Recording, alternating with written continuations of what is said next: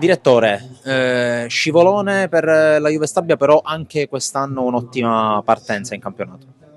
Sì, sicuramente siamo partiti abbastanza bene, penso che l'obiettivo nostro è quello della salvezza, quindi passi falsi come quello di Carrara ci possono stare come risultato, non ci possono stare come prestazione, però delle volte anche un risultato falso venuto così può essere un campanello allarme per ripartire in maniera adatta. Adesso c'è la sosta, un paio di giorni di riposo e poi ripartiamo perché abbiamo un derby bello da giocare in casa.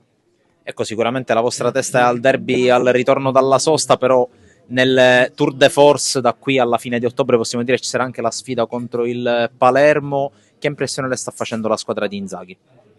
L'impressione è quella di una squadra forte, allenata bene, che penso che abbia l'obiettivo di stravincere il campionato quest'anno, quindi è normale che è là davanti e penso ci rimarrà fino in fondo perché ha tutte le carte in regola per vincere il campionato.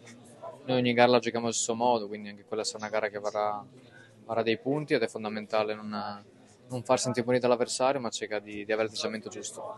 Ecco, tra l'altro, soprattutto nella partita di La Spezia, ma più in generale all'inizio della stagione, si sta mettendo in mostra Patrick Peda che avete avuto nella seconda parte della stagione. Che ricordo ha di questo ragazzo e soprattutto che prospettive può avere sul futuro? No, intanto è un ragazzo bravissimo e che ha veramente un animo importante, quindi grandi valori umani.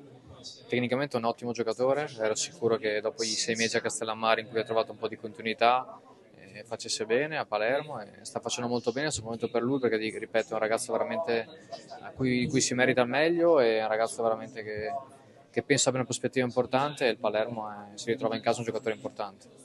Ecco, per chiudere, siamo quasi a metà del girone di andata, 7 giornate giocate. Tra le squadre che avete affrontato, qual è quella che l'ha impressionata di più e che potrebbe a questo punto anche dare da filo da torcere al Palermo per la promozione?